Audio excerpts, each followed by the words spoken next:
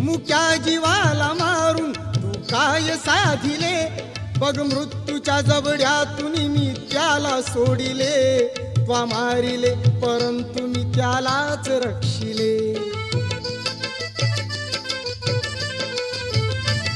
उपदेश हा मला तू नको शिकवू गौतमा, मला हे तत्वज्ञान नको सांगू गौतमा, शिकार करणे क्षत्रियांचा धर्म गौतमा, माझ्या शिकारीवर माझा हक्क गौतमा.